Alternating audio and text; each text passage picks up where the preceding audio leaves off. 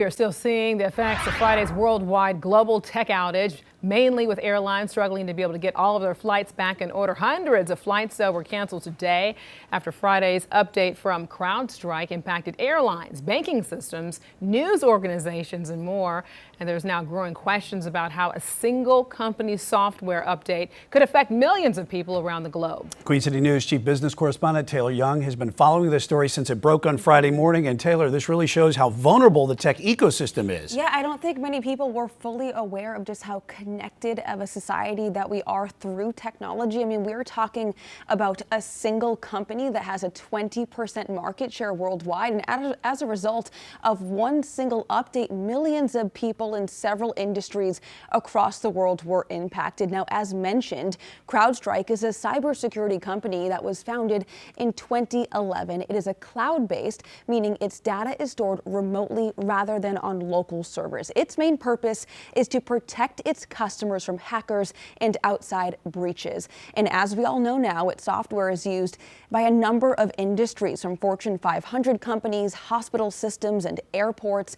Now, since Friday morning's outage, CrowdStrike has shut down rumors about this stemming from a security incident or hack. Instead, its CEO says that this was all due to a system update. I spoke with a local IT expert who explains how that might have caused this.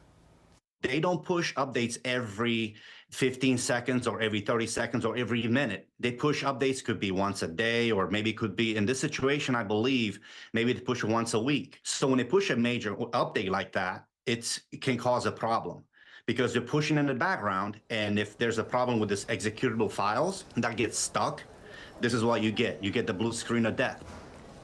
Now, that blue screen of death that you just saw is what was plastered on screens across check-in counters across Charlotte Douglas on Friday. It indicates a system has crashed. Now, we do have a crew at the airport right now, and some screens, specifically at the Delta check-in, are still blue right now. So this issue is still having a ripple effect. Oh, yeah. And if you saw the pictures, I mean, just so many people impacted, waiting in line, becoming frustrated. So will anybody be held accountable with this? Yeah, so we know that right now in the U.S., there are several members of Congress that are calling for an investigation. They want to know exactly what went wrong here and what can be done to prevent anything like this from happening again. We also know that agencies across the world are calling for investigation. So I think time will tell if this company faces any repercussions. Yeah, but trying to prevent something like this is such a huge thing on such a simple type of thing, on such an update. How do you stop something like this from happening again in the future? I mean, as someone who has covered a lot of tech issues just in this last year, I mean, we've seen it across several industries.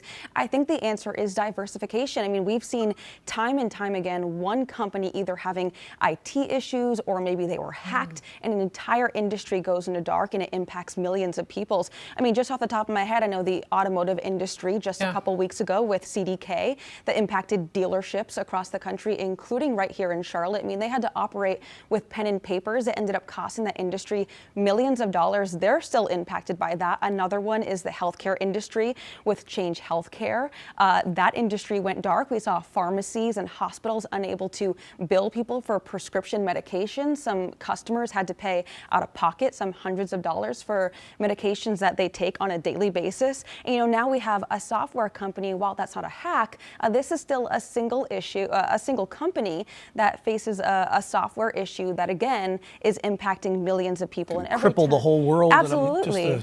And every time we have an issue like this, we see lawmakers, they're calling for answers. They want an investigation. But the reality in 2024 is that, you know, the tech ecosystem is extremely vulnerable right now. It almost seems like you feel like since this was a glitch with the software update, like you want to be able to do it on a smaller scale. Let's see if it works and then go a little bit bigger, because I mean, this was just a big old mess. Or more companies servicing different companies. So it's not just one company. There you go, Taylor. All right. Thanks so much. Well, over